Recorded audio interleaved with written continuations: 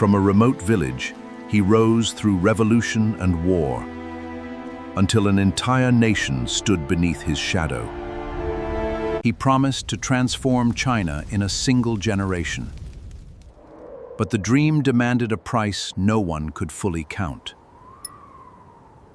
How did a revolution promising freedom turn against its own people and consume even those closest to power? Long before Mao Zedong became the face of a revolution, he was a farmer's son in a quiet valley of Hunan. The armies, campaigns, and immense human cost associated with his rule still lay ahead. In the beginning, there was only a boy born into a declining empire. Mao Zedong was born on December 26, 1893, in Shaoshan, during the final decades of the Qing dynasty. China was weakened by foreign pressure, military defeats, and internal rebellion. Yet Mao's family was not among the village's poorest.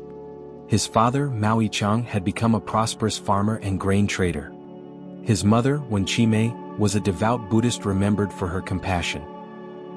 Their private family life is difficult to reconstruct. Many familiar stories come from Mao's account, recorded decades later by the journalist Edgar Snow. He described his father as strict and quick-tempered and his mother as gentle and protective. The contrast may contain truth, but these were the memories of a political leader shaping his own story. At about 8, Mao entered a traditional village school and studied the Confucian classics. He disliked rote learning but read historical romances outside the curriculum. Stories of rebellion and collapsing dynasties seized his imagination. Their influence should not be overstated, yet they suggested that rulers could fall and people of obscure origins could enter history. When Mao was about 14, his family arranged his marriage to Luo Yixio, an older young woman. The marriage is documented. Its private reality is less certain. Mao later said he never accepted Luo Yixio as his wife and that the union was not consummated, but this rests mainly on his retrospective testimony.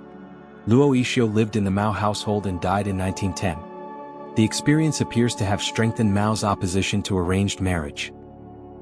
Around 16, Mao left Shaoshan for a modern education, first in Dongshan and then in Changsha. There he encountered newspapers, reformist arguments, and nationalism. When revolution spread in 1911 and the Qing dynasty began to collapse, Mao briefly enlisted as a private in a Hunan revolutionary unit. He seems to have seen little or no combat. He was only a young man watching an ancient order disappear.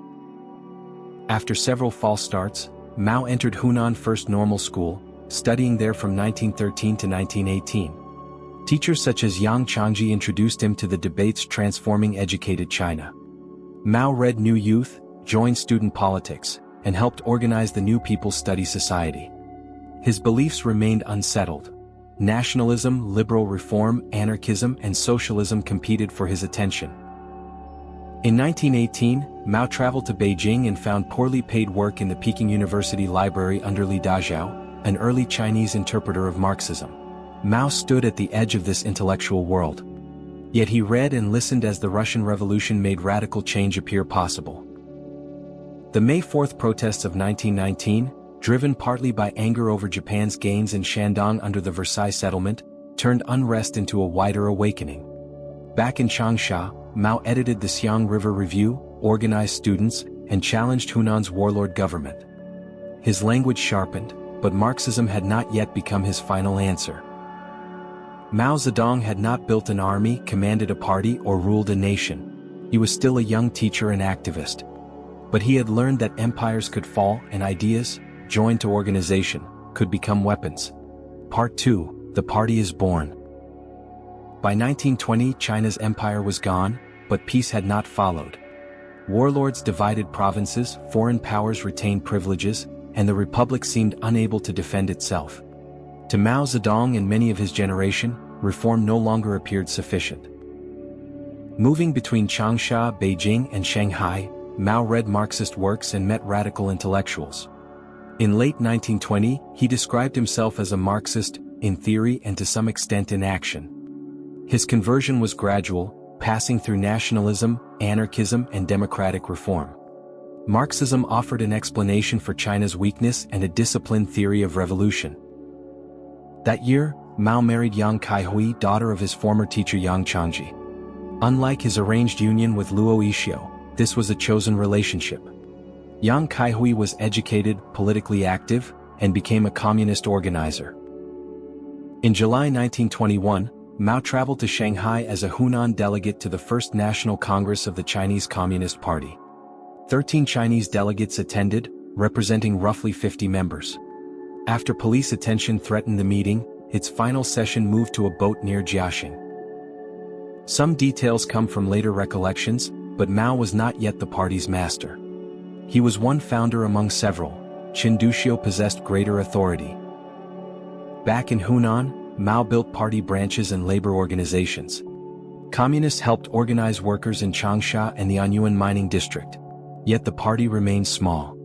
Marxist doctrine emphasized industrial workers, while China was overwhelmingly rural. Mao's native province was filled mainly with peasants burdened by rent, debt, taxes, and local power holders. This weakness encouraged an uneasy alliance. Guided by the Soviet-led Comintern, communists entered Sun Yat-sen's Nationalist Party, the Kuomintang, while keeping their own organization. The First United Front, formed in 1924, sought to defeat the warlords and reunify China. Mao worked in Kuomintang propaganda and, in 1926, directed a session of its Peasant Movement Training Institute in Guangzhou. Distrust remained beneath the alliance. Sun Yat-sen's death in 1925 removed the figure who had helped hold its rival forces together. Chiang Kai-shek rose within the nationalist movement as strikes and peasant associations spread alongside the Northern Expedition.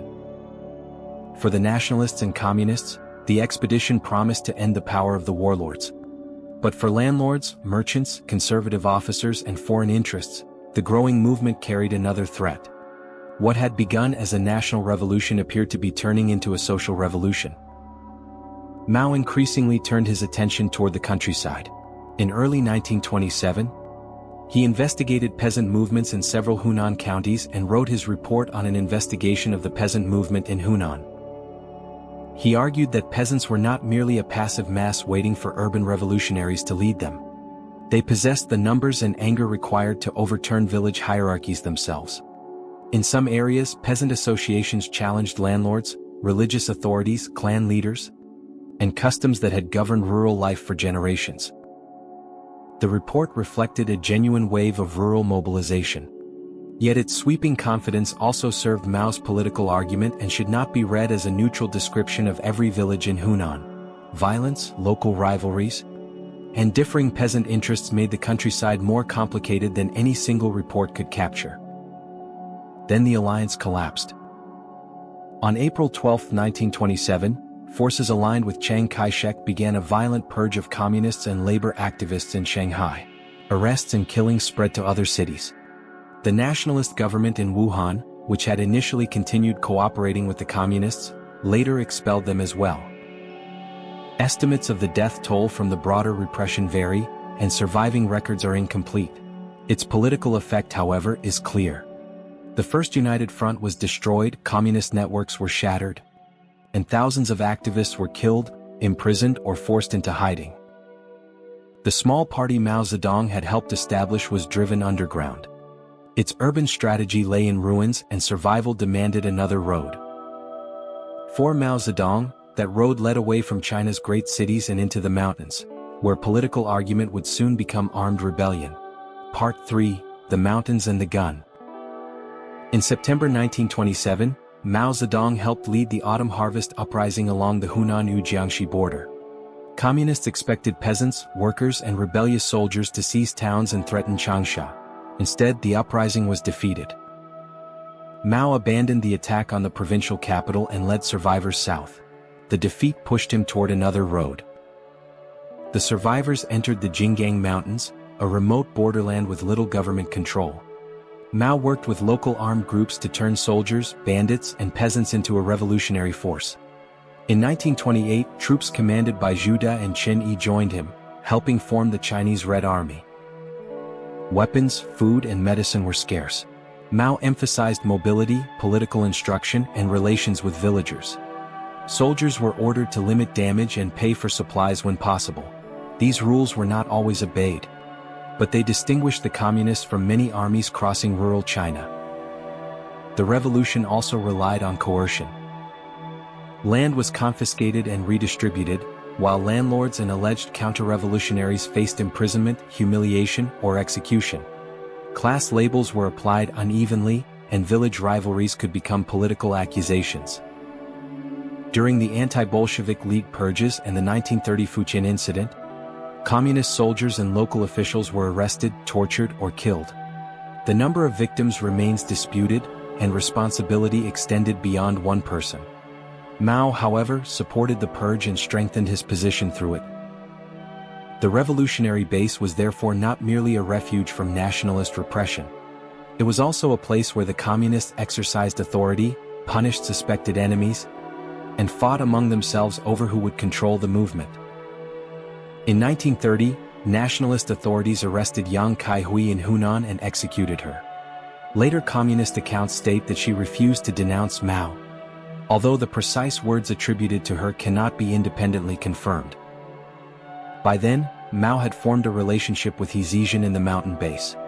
The circumstances and timing remain controversial, but years of separation and underground warfare had already destroyed the family life Mao and Yang Kaihui once shared. Communist forces eventually moved into southern Jiangxi. In November 1931, delegates proclaimed the Chinese Soviet Republic at Ruijin, with Mao as chairman of its central executive government. It was a state within a state, possessing its own administration, courts, army, currency, and land policies. Redistribution gave some poor peasants access to land and new political influence. For those classified as landlords, rich peasants, or political enemies, it could mean confiscation, punishment, imprisonment, or death.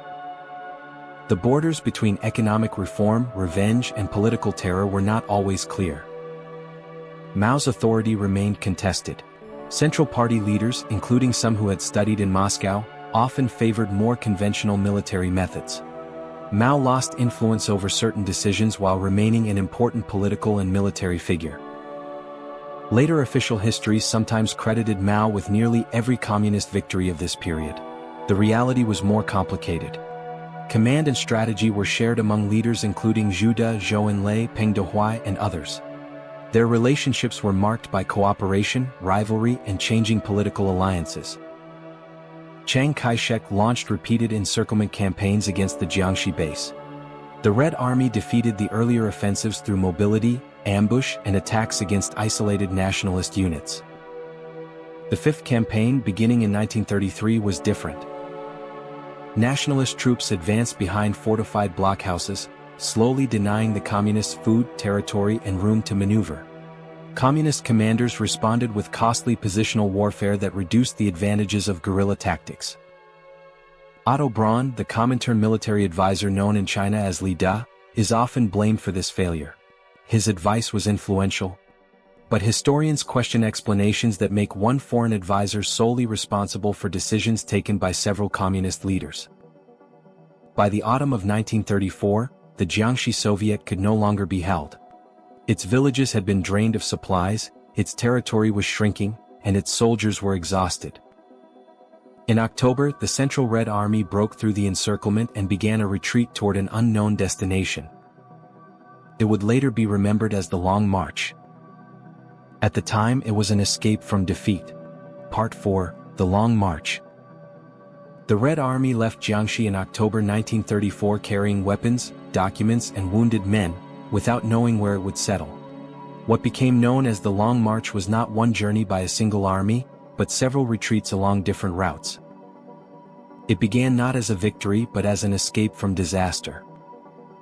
At the Xiang River, nationalist forces struck with devastating effect. Tens of thousands were killed, captured, deserted, or separated. Figures vary according to which units are counted, but the central force lost more than half its strength during the opening months. Heavy equipment had made its columns dangerously slow. In January 1935, communist leaders met at Junyi. Mao Zedong attacked the strategy associated with Bogu and Comintern military advisor Otto Braun, arguing for flexible movement instead of positional warfare. The meeting increased Mao's authority, but he did not instantly become the party's unquestioned leader, as later official histories sometimes suggested. Power shifted gradually through alliances with Zhou Enlai, Wang Jiaxiang, and other senior figures.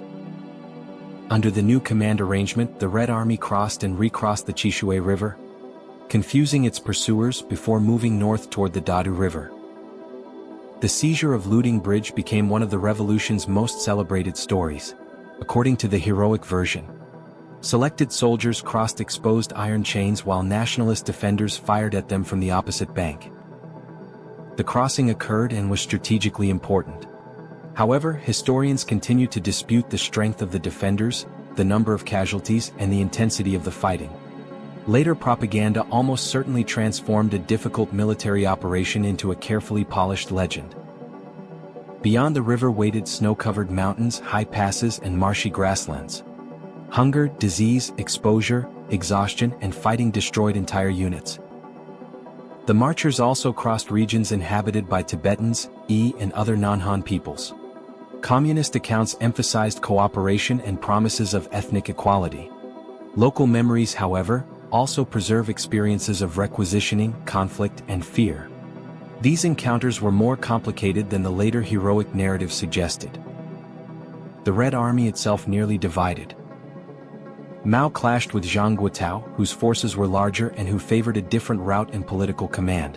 Their armies separated. Zhang's troops later suffered catastrophic losses, while parts of his remaining force eventually reached the northwest. The dispute removed one of Mao's strongest rivals and further increased his authority. Yet this result had not been inevitable. During the crisis, Zhang Guotao possessed his own army, political organization, and claim to leadership. In October 1935, Mao's reduced column reached communist-controlled territory in northern Shanxi. Estimates depend on which armies, starting points, and arrival dates are included, but only a fraction of those who had left Jiangxi arrived with the central column. The Long March was therefore both survival and defeat. It preserved the communist leadership while consuming most of the army that had begun the journey. Survival, however, could be turned into political capital. In Shanxi, communist writers portrayed the march as proof of courage, discipline, and historical destiny. Hardship became sacrifice. Retreat became a journey toward victory. Those who survived formed an elite bound together by suffering and memory.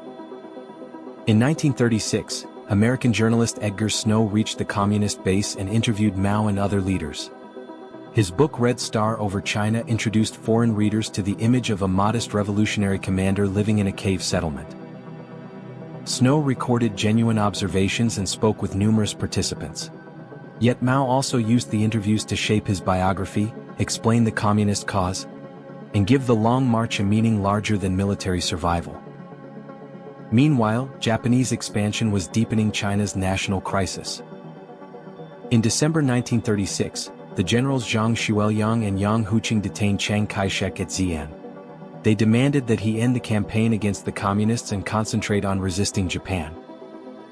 The crisis could have ended in execution or renewed civil war. Instead, negotiations followed. Zhou Enlai represented the communists in discussions that helped secure Chiang Kai-shek's release. The Xi'an incident prepared the way for another alliance between nationalists and communists, although mistrust between them never disappeared. When full-scale war with Japan erupted in 1937, Mao Zedong no longer led a defeated band wandering without a destination. He stood inside a surviving party, protected by a northern base and strengthened by a founding legend. The next struggle would be fought in the name of China itself. Part 5, Wenin, War and Power. Full-scale war between China and Japan began in July 1937. Under the Second United Front, Communist forces were reorganized as the 8th Route Army and New 4th Army, nominally under nationalist command. Yet neither side trusted the other. Chiang Kai-shek feared communist expansion.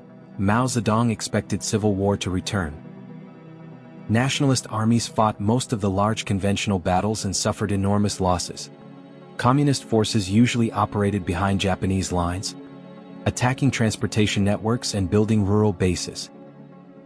They resisted Japan while preserving their military strength and expanding political influence among the peasants. In 1938, Mao presented his theory of protracted war. Japan possessed superior weapons, industry, and military organization, he argued. but it could not control China's vast territory indefinitely. Defensive warfare, guerrilla operations, and political mobilization would gradually exhaust the invader. Time itself would become a weapon. In communist-controlled areas, organizers reduced rents and interest payments rather than immediately confiscating all privately owned land. This attracted poorer peasants without completely alienating the landowners needed for the anti-Japanese coalition. Cadres promoted literacy, women's participation, local government, and military service. These measures produced genuine support, but communist rule also demanded taxes, grain, recruits, intelligence, and obedience. Persuasion and coercion existed together. In 1940, forces commanded by Peng Dehuai struck railways, mines, roads, and Japanese positions during the 100 Regiment's offensive. The campaign demonstrated that the communists could conduct operations larger than scattered guerrilla attacks. Claims concerning casualties and destruction differ sharply among communist, Japanese, and later historical records. It is therefore difficult to establish a single reliable total.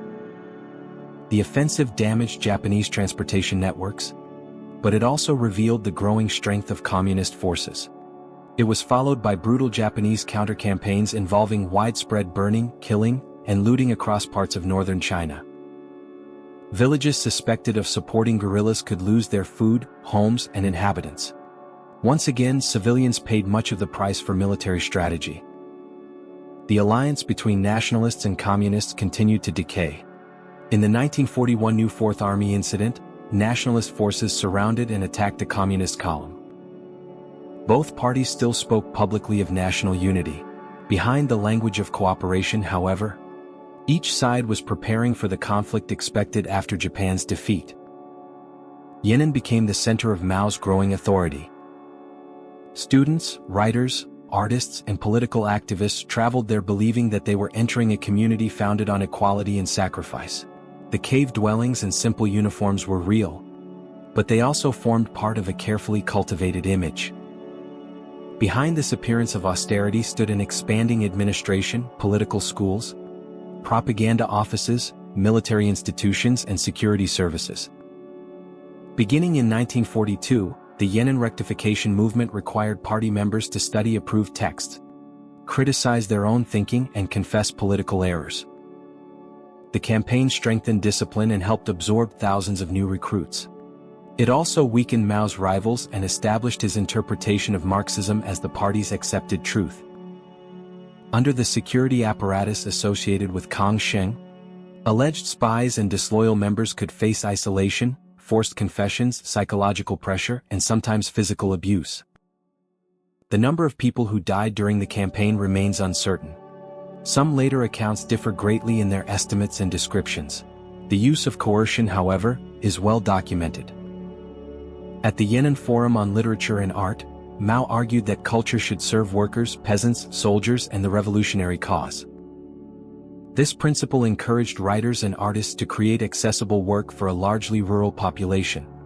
At the same time, it placed creative expression beneath political authority. Art would no longer stand apart from the party's objectives. By 1945, Communist Party membership had grown from tens of thousands to more than 1 million. At the 7th Party Congress, Mao Zedong thought entered the party constitution, and Mao's supremacy was effectively secured. When Japan surrendered in August, China celebrated the end of 8 years of full-scale war. Beneath that victory, however, 2 Chinese armies were already moving to claim territory, weapons, railway lines, and the future. The foreign war was ending. The struggle for China was about to begin again. Part 6: The War for China. Japan's surrender did not bring peace. In August 1945, Mao Zedong flew to Chongqing to negotiate with Chiang Kai-shek. They spoke of coalition government, political freedoms, and a unified national army. But neither leader intended to surrender the military forces on which his power depended. American mediation produced temporary truces while armies raced to occupy territory abandoned by Japan. United States transportation moved nationalist troops toward major cities, while communist forces entered rural Manchuria following the Soviet occupation. Its weapons, railways, and former Japanese industrial centers made northeastern China the most valuable battlefield in the country. By 1946, full-scale civil war had resumed. The nationalists possessed larger armies, aircraft, major cities, and international recognition. They captured Yan'an in 1947, but Mao and the communist leadership had already withdrawn. Rather than sacrifice their forces to defend symbolic territory, the communists remained mobile, surrendered cities when necessary, and attacked isolated or overstretched nationalist units. The war in the countryside was also a social revolution. Communist land reform confiscated property and redistributed it among poorer villagers.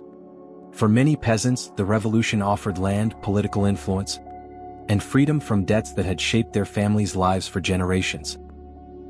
The policy helped the communists gain recruits, supplies, and information. Yet its enforcement frequently involved struggle meetings, public humiliation, beatings, executions, and accusations influenced by old village rivalries. Policies varied between regions, and the total number killed remains disputed. Support for land reform could be genuine while the methods used to impose it remained violent. Nationalist power weakened through corruption, forced conscription, collapsing morale, and severe inflation. Soldiers sometimes went unpaid or lacked food, while civilians watched their savings disappear as the currency lost value. These failures did not make communist victory inevitable, nor was Mao its only architect.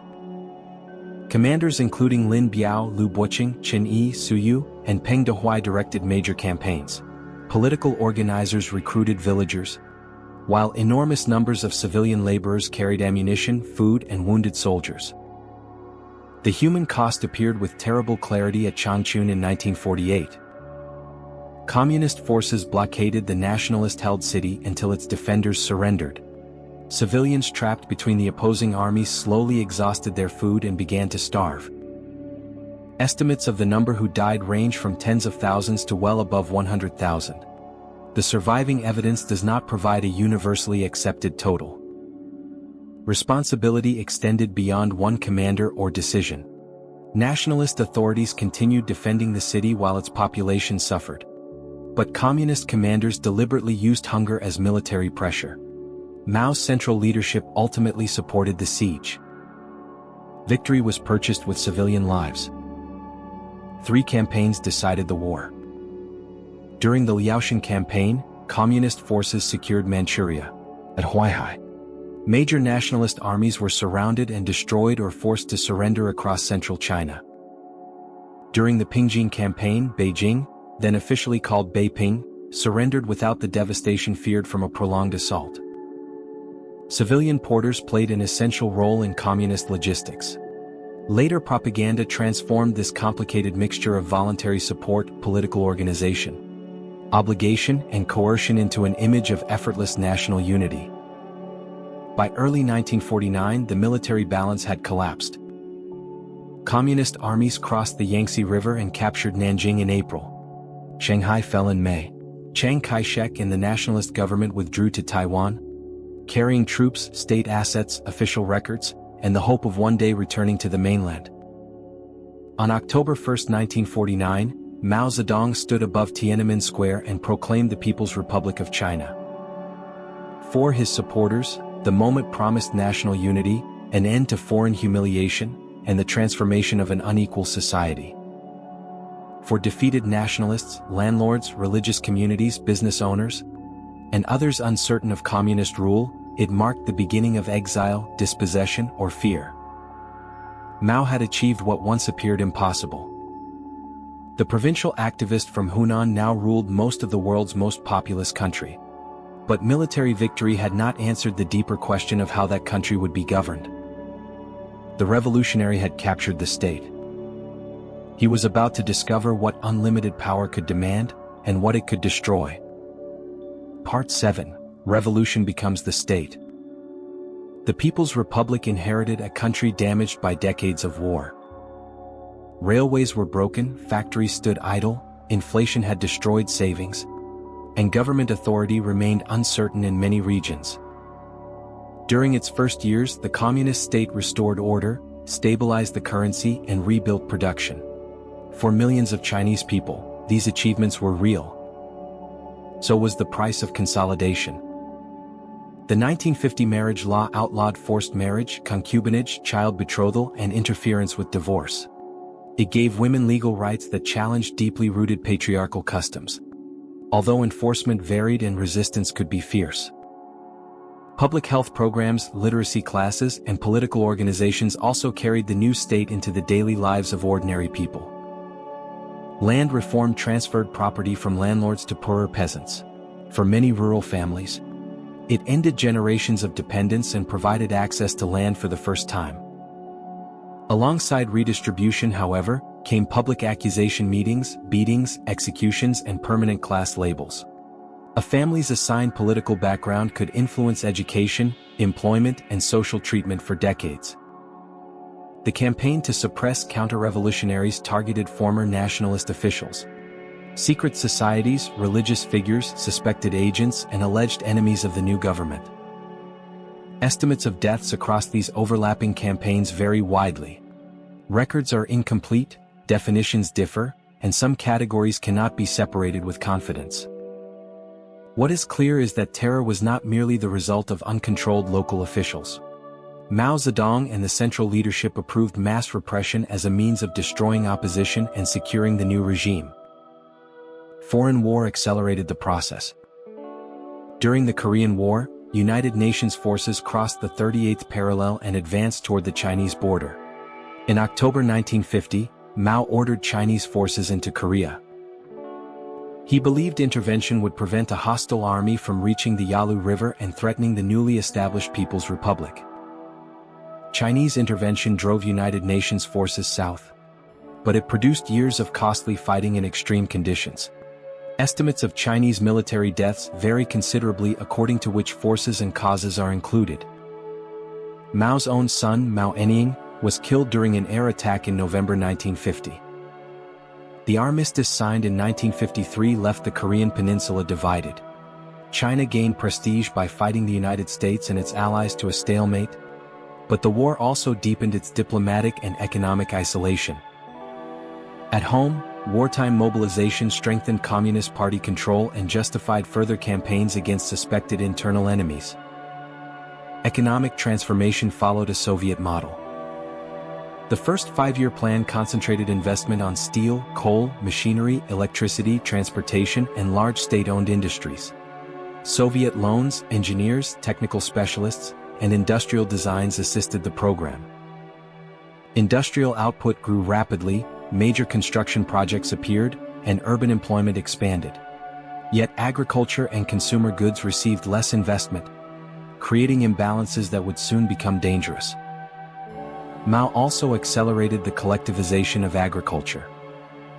By 1956, most rural households had entered agricultural cooperatives, surrendering much of their independent control over land, tools, and production. Private commerce and industry were gradually placed under state ownership or supervision. The speed of this transformation exceeded earlier schedules. It revealed Mao's growing conviction that political enthusiasm and human will could overcome economic caution. In 1956 and 1957, Mao encouraged criticism under the slogan, "Let 100 flowers bloom." Writers, teachers, scientists, students, and officials initially hesitated. They remembered earlier campaigns and understood the danger of speaking too freely. When criticism finally came, it went far beyond minor administrative advice. People attacked bureaucracy, privilege, censorship, political persecution, and even the Communist Party's monopoly on power. The leadership reversed course. During the anti-rightist campaign, hundreds of thousands of people were labeled political enemies. Many lost their employment, reputations, families, freedom, or years of their lives in labor and internal exile. Historians still debate Mao's original intention. Some interpret the 100 Flowers campaign as a deliberate trap designed to expose opponents. Others view it as a genuine attempt at controlled criticism that Mao abandoned when the response became politically threatening. The surviving evidence does not support a simple or completely certain answer. By the end of 1957, organized dissent had been silenced. Intellectuals had learned to conceal their doubts. Officials who understood agriculture, industry, or statistics had learned the danger of contradicting the chairman. China was ready for Mao's most ambitious experiment, and it was now less prepared than ever to question him. Part 8: The Great Leap into Famine. In 1958, Mao Zedong launched the Great Leap Forward. He believed China could escape poverty through mass enthusiasm, rapid collectivization, and extraordinary labor. Development would no longer wait for experts, capital, or gradual planning. Human will would force history to move faster. Rural cooperatives were merged into vast people's communes. Families ate in communal kitchens, private plots were restricted or abolished, and labor was redirected toward irrigation projects, roads, construction, and industry. Across the countryside, backyard furnaces consumed tools, cooking pots, farm equipment, and anything else that could be melted. The campaign produced impressive steel production figures on paper. Much of the metal itself was useless. Meanwhile, millions of rural workers had been diverted from planting, maintaining fields, and gathering harvests. Agricultural experiments promoted deep plowing and dense planting, often without reliable scientific evidence. Officials competed to announce impossible harvests because failure could be interpreted as political disloyalty. Each level of government exaggerated the figures it sent upward. Higher authorities then calculated grain procurement according to these false reports. The state removed food that existed only on paper, leaving real villages with too little grain to survive. Communal kitchens initially served generous meals in some areas, encouraging the belief that food had become abundant. When the stores were emptied, rationing tightened and the kitchens began to close. Rural people could not easily leave in search of food because movement was controlled. Cities, industrial workers, and politically favored groups generally received greater protection from the worst shortages. Drought, flooding, regional crop failures, and the later withdrawal of Soviet specialists worsened China's difficulties. These factors were real, but most historians identify government policy, excessive procurement, administrative dishonesty, and political coercion as the central causes of the catastrophe. By 1959, reports of hunger were spreading. At the Lushan Conference, Defense Minister Peng Dehuai sent Mao a private letter criticizing exaggeration, economic disorder, and rural suffering. Mao interpreted the letter as a political attack on his leadership. Peng Dehuai was condemned and removed from power. The message to other officials was unmistakable. Honest reports could destroy a career. Silence could preserve one. The Great Leap was renewed at a moment when retreat might still have reduced the scale of the disaster. From 1959 to 1961, famine consumed much of rural China. Families sold or exchanged their remaining possessions. People ate leaves, tree bark, wild plants, and substances with almost no nutritional value. Children and elderly relatives weakened first. Local archives and survivor testimonies also document beatings, forced labor, withholding of food, and desperate acts of survival. Grain continued to be collected from severely affected districts even while villagers were dying. No exact death toll can be established. Demographic studies use different assumptions concerning expected births, normal mortality, migration, and incomplete population records. Scholarly estimates commonly range from approximately 15 million to 40 million excess deaths, with some estimates falling outside that range. Whatever number is chosen, the central fact remains: tens of millions of people died prematurely, overwhelmingly in the countryside. Responsibility extended throughout the party state. Provincial leaders inflated results. Local officials enforced grain collections. Senior leaders failed to stop policies they increasingly understood were disastrous. Yet Mao was the campaign's principal author and political protector. His authority transformed unrealistic targets into commands and criticism into suspected betrayal. Recovery began only when leaders including Liu Shaoqi, Deng Xiaoping, Qin Yun, and Zhou Enlai reduced commune controls, restored private plots and material incentives, imported grain, and lowered procurement demands. At the 1962 7,000 Cadres Conference, Mao accepted formal responsibility in broad terms. The famine itself, however, was not openly investigated before the Chinese public. production slowly returned. Mao's prestige had been damaged within the leadership, while practical officials gained greater influence over daily economic policy. But Mao did not conclude that revolutionary ambition itself had failed. He increasingly feared that moderation was restoring capitalism, weakening class struggle, and allowing a new privileged class to grow inside the Communist Party. The famine ended. The search for enemies did not. Part 9. The revolution turns inward. By 1962, China was slowly emerging from famine. Under Liu Shaoqi, Deng Xiaoping, and the cautious economic planner Chen Yun, communes were reduced in size, private farming plots returned, and material incentives were quietly restored. Grain production began to recover. Markets reopened. After years of hunger, ordinary life showed signs of stability. But Mao Zedong saw danger in this recovery. To Mao, pragmatic policies resembled the path followed by the Soviet Union after Joseph Stalin's death, a retreat from revolutionary struggle toward bureaucracy, privilege, and what he called revisionism. He feared that China's Communist Party might create a new ruling class and eventually restore capitalism. He also understood that Liu Shaoqi's growing authority threatened his own political dominance. The socialist education movement, launched in 1963, attempted to cleanse rural government through investigations known as the Four Cleanups. Yet Mao believed senior officials were limiting the campaign. The enemy, he concluded, was not merely outside the party, it was hidden within it. The opening attack came through culture. In November 1965, the critic Yao Wenyuan denounced a historical play by Wu Han titled Hai Rui dismissed from office. The drama concerned an honest Ming official punished for confronting an emperor.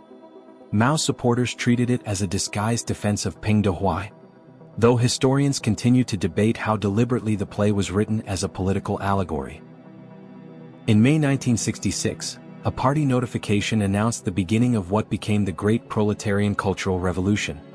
It warned of bourgeois representatives occupying positions inside the Communist Party. The language was vague, but its purpose was powerful.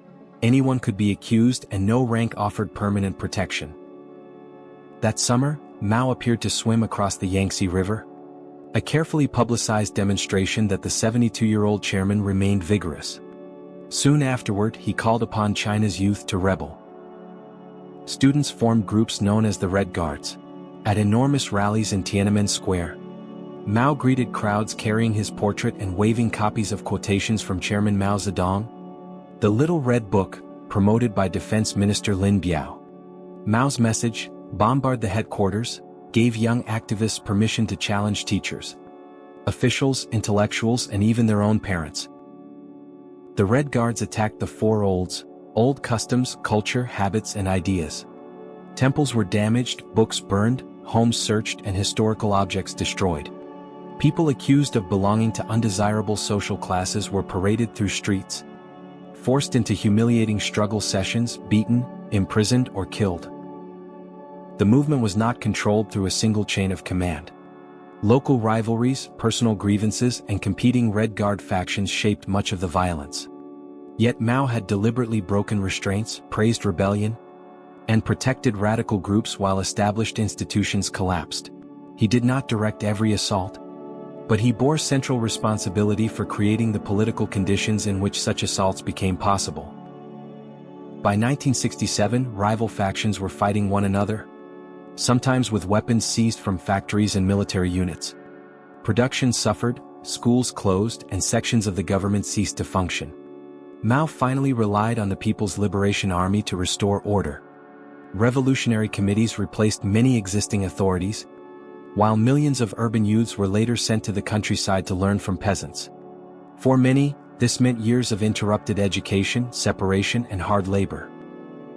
Liu Shaoqi was denounced as China's leading capitalist roader. Removed from office, publicly humiliated, and held in harsh confinement, he died in Kaifeng in 1969 after serious illness and inadequate care. His death was concealed from the public. Deng Xiaoping was also purged and sent to work in rural Jiangxi.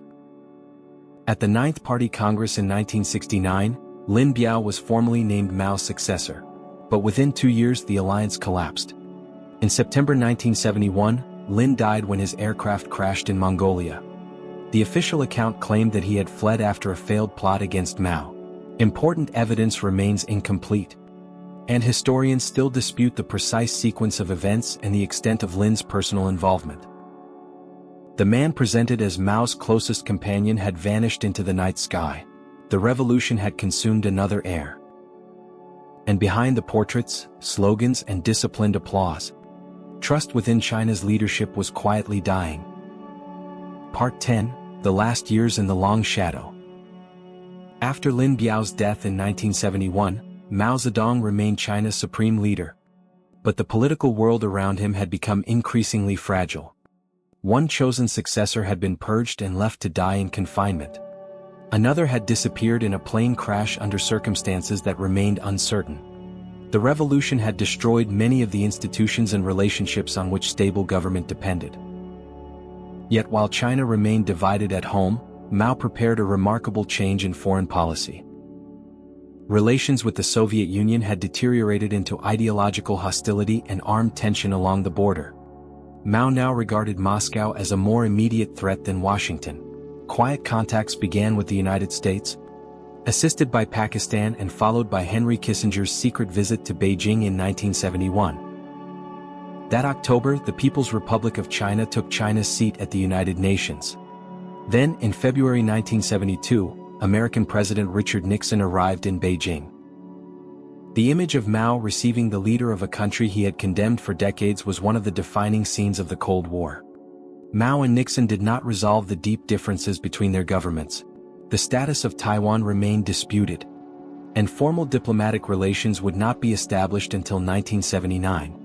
But the Shanghai Communique opened a path toward cooperation and transformed the balance between China, the United States, and the Soviet Union. It was a triumph of strategic pragmatism from a leader who continued to demand ideological struggle at home. Premier Zhou Enlai attempted to restore administration, education, and economic planning after the worst chaos of the Cultural Revolution. Deng Xiaoping returned to public life in 1973 and gradually took responsibility for rebuilding government institutions. By 1975, Deng was promoting order, technical expertise, and economic modernization. To Mao's radical supporters, these policies looked like another retreat from revolution. Jiang Qing, Mao's wife, and her political allies Zhang Chunxiao, Yao Wenyuan, and Wang Hongwen defended the Cultural Revolution and attacked officials associated with moderation. They would later become known as the Gang of Four. Mao stood between the competing groups, supporting one side and then restraining it, allowing neither to gain complete control. Whether this reflected deliberate political balancing, declining judgment, or both remains debated. What is clear is that the uncertainty preserved Mao's authority while leaving the future of China dangerously unresolved. His health was now failing. His eyesight weakened, his speech became difficult to understand, and movement required increasing assistance. Foreign visitors still came to meet him. But the powerful figure displayed in official portraits was gradually disappearing behind age and illness. On January 8, 1976, Zhou Enlai died from cancer.